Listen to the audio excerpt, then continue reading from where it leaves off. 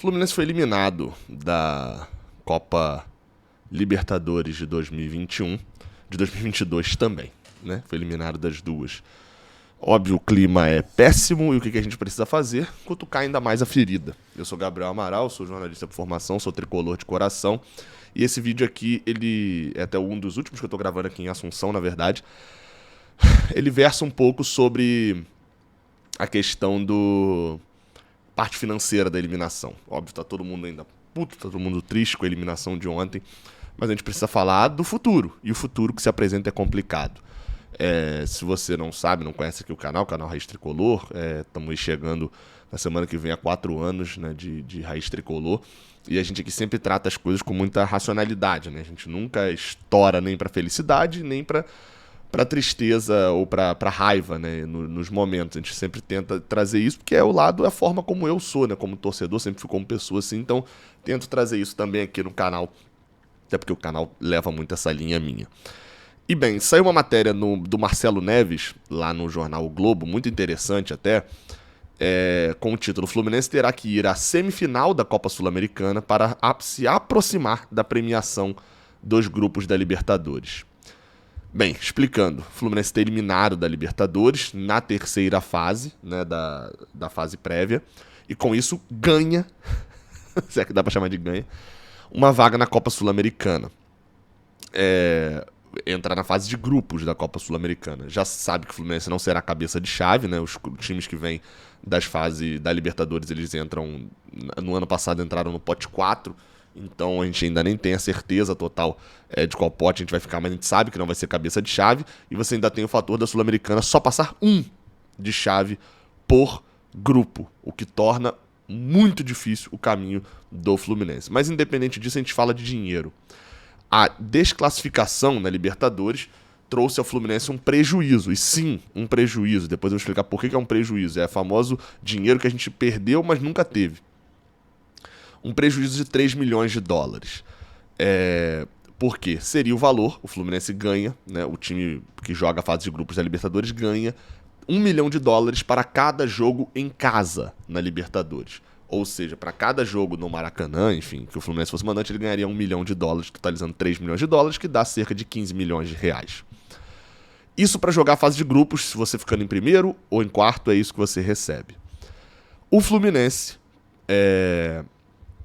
tinha a esperança de ganhar esses 3 milhões e não vai ganhar.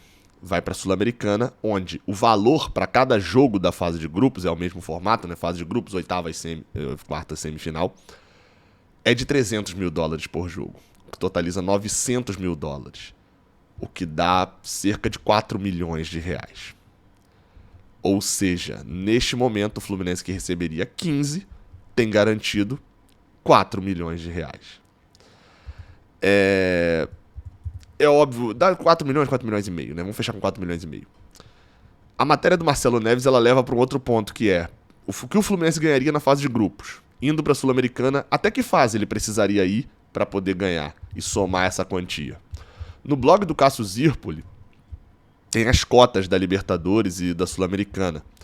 E aí, enfim, eu posso ir somando aqui a soma que o Marcelo Neves já fez. Se o Fluminense for a fase de grupos da Sul-Americana, passar de fase, ficar em primeiro do grupo, ele joga as oitavas de final, onde ganha 500 mil dólares, mais 500 mil.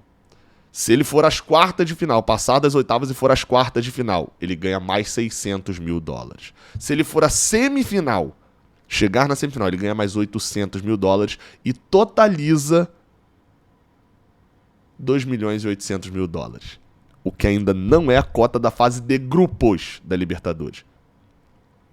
Resumindo, se o Fluminense for até a semifinal da Sul-Americana, ele ganha 2 milhões e 800 mil dólares. Se ele tivesse jogado só a fase de grupos da Libertadores, caísse em último, em quarto, não jogasse mais nada, ele ganharia 3 milhões de dólares. Isso vai dar um rombo financeiro no Fluminense. Ir para a final da Sul-Americana, aí você tem um dinheiro maior, porque mesmo sendo vice, você ganha 2 milhões de dólares, sendo campeão você ganha 5 milhões.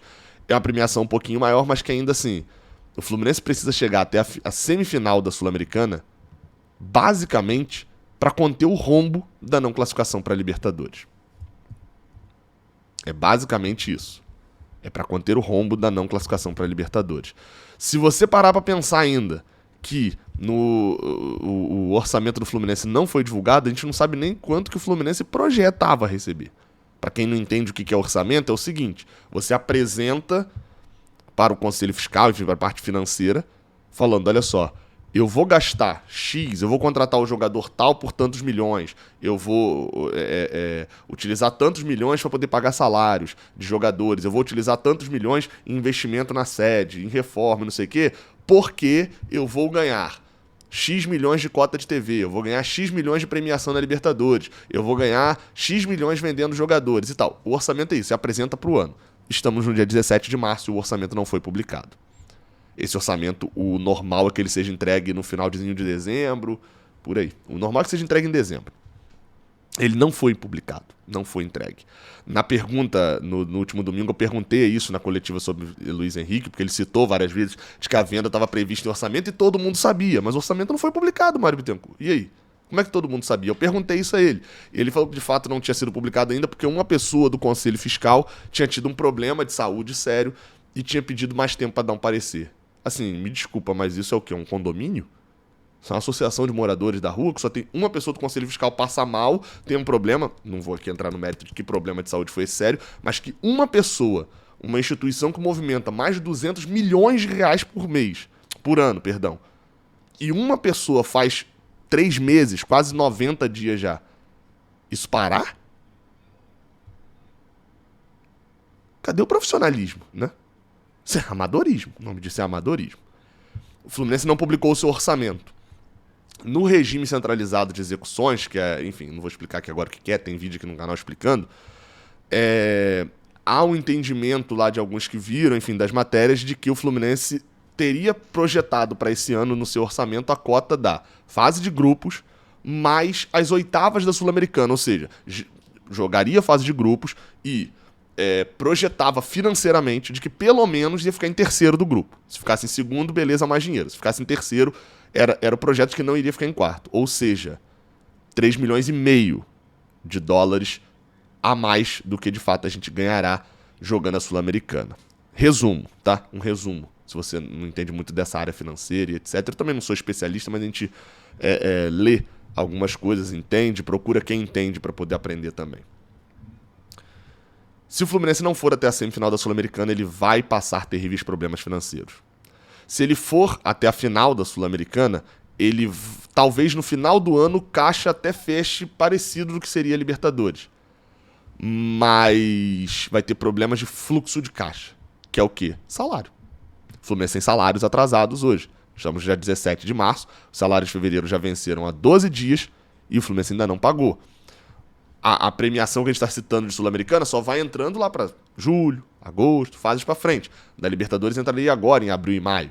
Você ainda teria uma possibilidade de um acerto de um patrocínio, de uma ação e etc. Enfim, porque a Libertadores, obviamente, dá muito mais mídia do que a Sul-Americana. Fato é, o Fluminense terá problemas financeiros nesse ano. E eu fico muito feliz de poder falar isso sobre mim, obviamente puto pelo Fluminense, mas da conduta ser lógica. Quem viu os meus comentários sobre contratações desse ano, a todo momento eu falei, o Fluminense está contratando bons jogadores, esse time vai dar liga, o Fluminense tem qualidade, etc. Mas eu estou preocupado com a parte financeira. Se der uma merda, o que acontece? Qual o tamanho do problema? O Fluminense está indo para um all-in.